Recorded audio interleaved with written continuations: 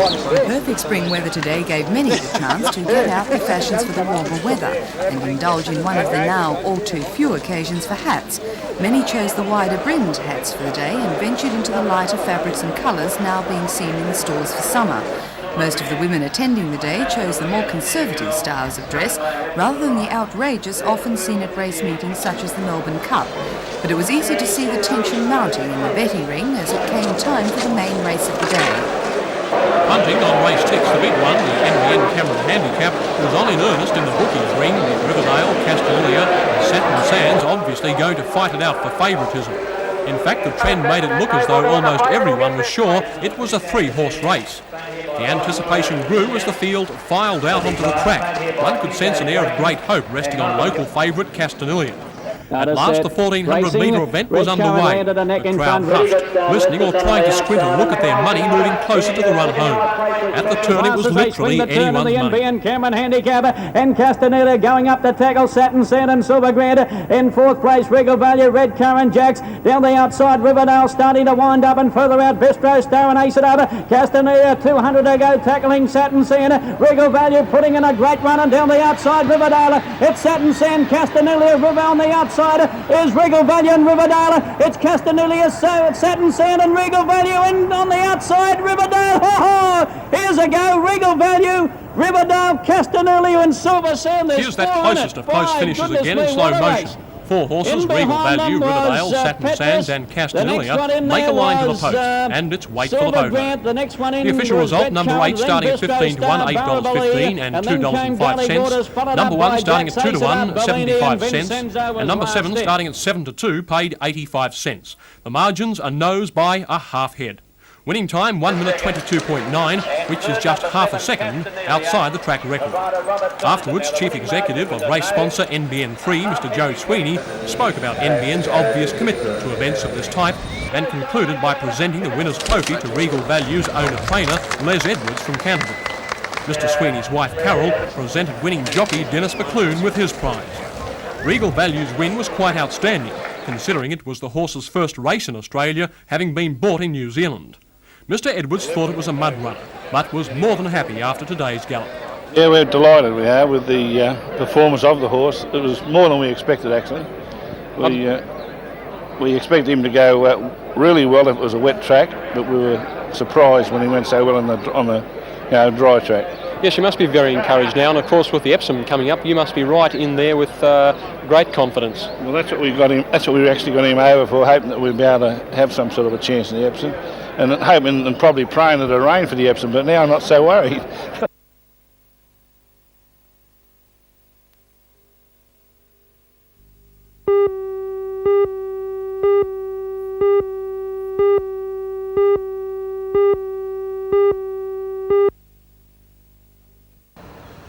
This is the Currawilla Rehabilitation Hostel for Alcoholics. It's located on the waterfront at Nords Wharf. The centre has, for the past 3 years, been collecting waste paper and bottles from locations around Lake Macquarie and preparing the materials for recycling. This means storing large piles of old papers and bottles in a residential area. The residents say this contravenes health regulations and attracts rats and cockroaches. They've been frustrated by the local council doing nothing about it. We want the council to get off their butts, do something about it. We want them to abide by their own local government regulations, to put into effect there's no recycling in residential area, and number 2, the health code which they're breaking.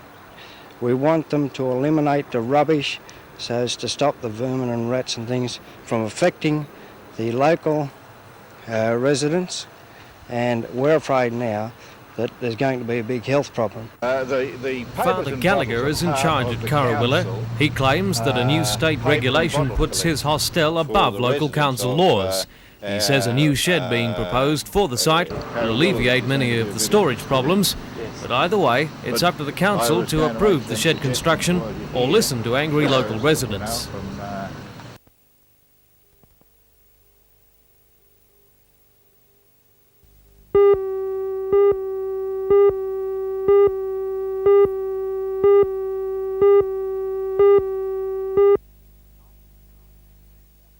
Nigel Perry spent today warming up for the 180-kilometre round. Formed this year to improve the movement of coal from the mine face to ships. The council consists of key union representatives, mine owners, the MSB and the Joint Coal Board. Last week the coal chain broke down when the Seamen's Union placed bans on 2 Singaporean In the wake ships of the Hunter Valley waiting to train load strike, coal. efforts to remove the union backlog campaign is aimed at having more Australian ships used to carry export coal. It's also to guarantee conditions for sailors on board. After tabling a full report on Singapore's new shipping regulations, the council convinced union leaders to lift the bans. However, bans on Panamanian and Liberian ships will still apply. This has been the case for many years, and exporters do not use such ships out of the port of Newcastle.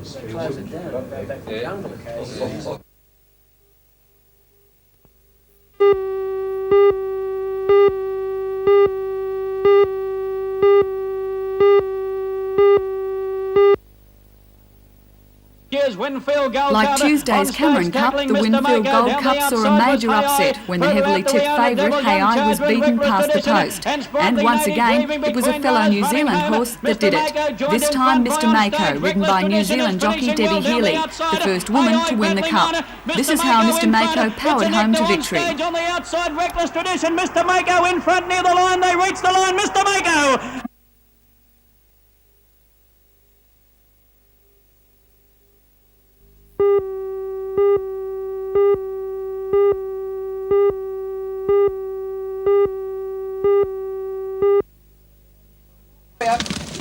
It's an exciting time on the 100-odd Hunter Valley Angora farms.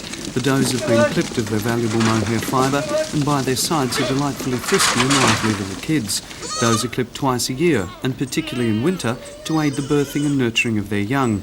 On average, each doe yields a fleece of between 2 and 4 kilograms in weight, which at a value of $15 a kilogram means a return of between $60 and $100 each animal per year, with the kids and carcass value just an additional bonus. With the world demand far from satisfied at the moment, it's an industry with a huge potential, and one that is proving much more viable than more traditional grazing enterprises. The mohair production at the moment is excellent. In comparison with sheep, I would think it varies between 2 and 4 times better than a sheep as far as the production and the wool return, the price per kilo per head per. At the moment, world supply only half meets world demand, and so the future for the industry is particularly bright. According to Enid Stevenson, there's plenty of room for Hunter Valley graziers to enter it. Well, we want to stabilise the industry, and we want to stabilise the industry, we need more growers. There's such a potential there that people don't realise. There's not a lot of publicity being done on the mohair industry, and I think when farmers need, in some instances, to diversify, they should look to the Angora goat. The Stevenson's Wadigan Angora stud farm is typical of those in the valley, small but still showing extremely good capital returns. As far as the marketing of the fleeces is concerned, Warren and Enid say there are many outlets, varying from the local cottage spinning industry to the major pastoral houses. Last year, Australia produced 500,000 kilograms of mohair at a value of $5 million, and while the hunter's contribution of 7,000 kilograms worth $70,000 may seem insignificant, it is still an achievement, and an achievement due to a unique pooling system. Well, it's simply a collection agency for all the growers in the area, and they'll handle any size amount of mohair that they produce, whether it's half a kilogram or hundreds. So here in the Hunter, you're geared for someone that may only have a handful of goats or someone that's got hundreds? Most certainly, yeah. As far as management practices go, is the goat a hard animal to keep fenced? Is it a hard animal to keep free of diseases and worms? No. Worms is one area that we have to keep right onto. But as far as fencing, they're very light on fencing. They don't normally jump fences, but they will look for a hole in a fence. So if you've got a hole in the fence, they'll be through. Well, the popular myth, of course, is that goats will eat anything from old tyres to old cans. Can they complement cattle and sheep in a grazing situation? That's one of the beauties of them, Graham. They are a very complementary grazing animal.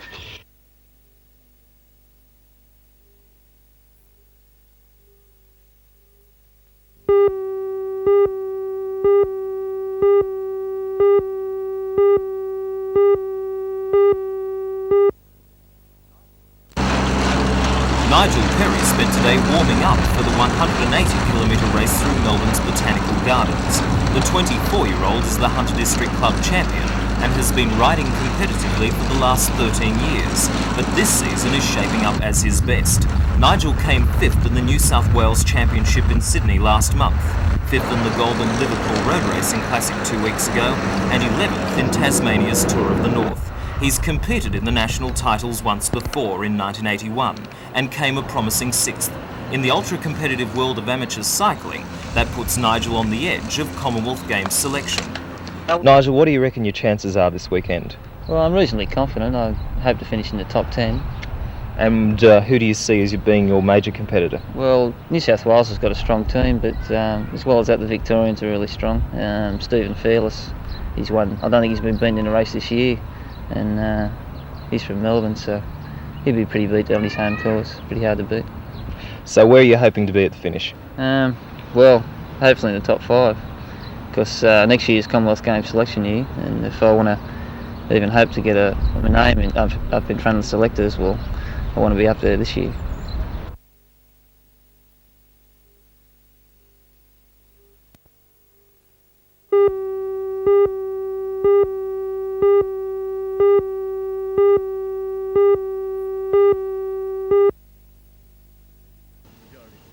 The decision to have Professor Blaney as the guest speaker at tonight's dinner caused a deal of controversy amongst academics and students because of his comments on immigration last year. Professor Blaney believes his speech tonight will not raise the same level of controversy as those comments. He'll talk on the Australian bicentenary in 1988, a topic he feels very strongly about. I think the sad thing about the Australian Bicentennial Authority is that it hasn't got a clear mandate from the politicians in Canberra to tell them what they should be doing, and they're not really certain whether they should be celebrating or bewailing our history. Now, there's no point in having a 200 celebration unless you single out certain things that Australia has done well and you bring them to the attention of the public. It's a way of saying 3 cheers. There's been controversy recently over the golden handshake for the head of the Bicentennial Authority. Would you enter in onto that? Well, I think that whether that money, that $488,000, was wasted or not is a matter for the politicians to decide, but an infinitely larger sum of money than $488,000 will be wasted unless the government in Canberra and also the opposition agree on what should be celebrated. And I think we've got a lot of things worth celebrating, and more than anything we need some kind of positive affirmation from Canberra.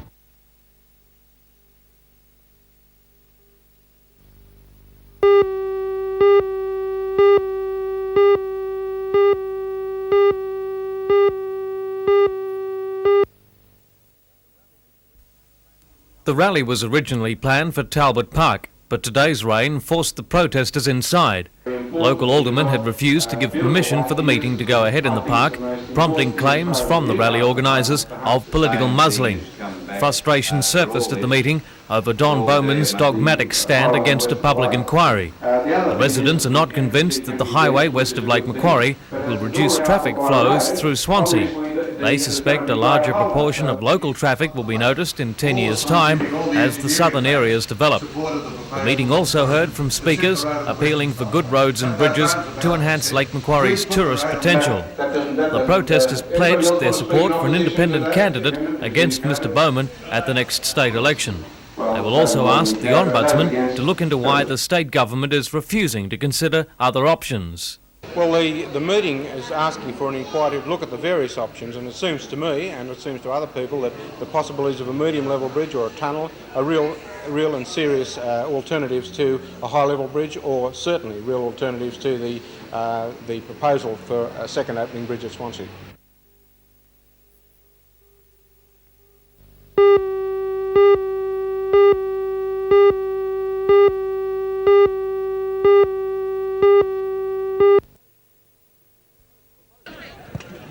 For both teams, today's grand final carried special significance. For the minor premiers Belmont Swansea in the yellow and green, it was their first since 1970, and a chance to make it their most successful season for 15 years. For West Wallsend, it was a chance to break a jinx. They've played in 3 of the last 4 grand finals and failed on all 3 occasions. In the first half, it seemed the jinx would continue, as Belswan dominated and led at the break 1-0 through a goal by David Bouchard. But in the second, Westie fought back and Brett Baldwin scored to take the game into extra time.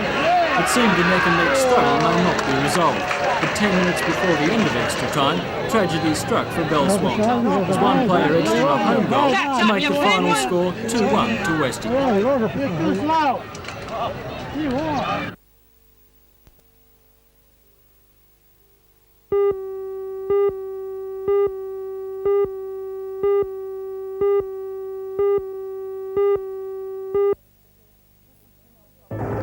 This is Janelle Provost reporting. The $30 million Stockland Mall at Jesmond officially opened today with its 60 specialty shops and major retailers. It's one of a number of existing or planned shopping centres in the area, but it says it has the winning combination to survive. That story and more tonight on NBN News at 6.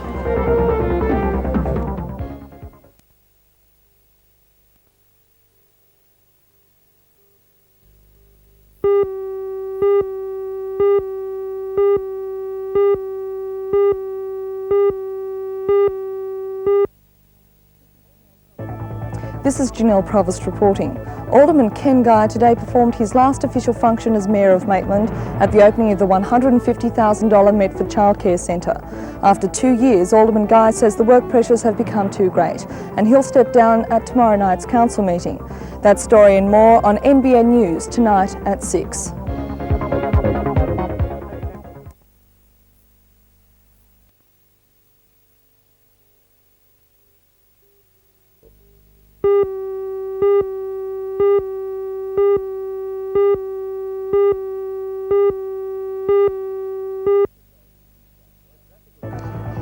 The Traffic Authority of New South Wales and the Newcastle City Council have launched a campaign aimed at reducing the number of deaths and injuries on suburban streets.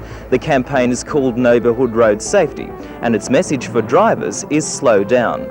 I'm Mark Matho, and I'll have full details in NBN's Hour of News at 6 tonight.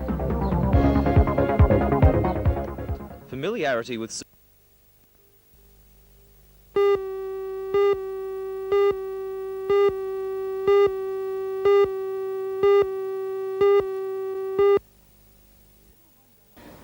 The little one-day-old baby girl was found outside the news agency at around 4:45 this morning.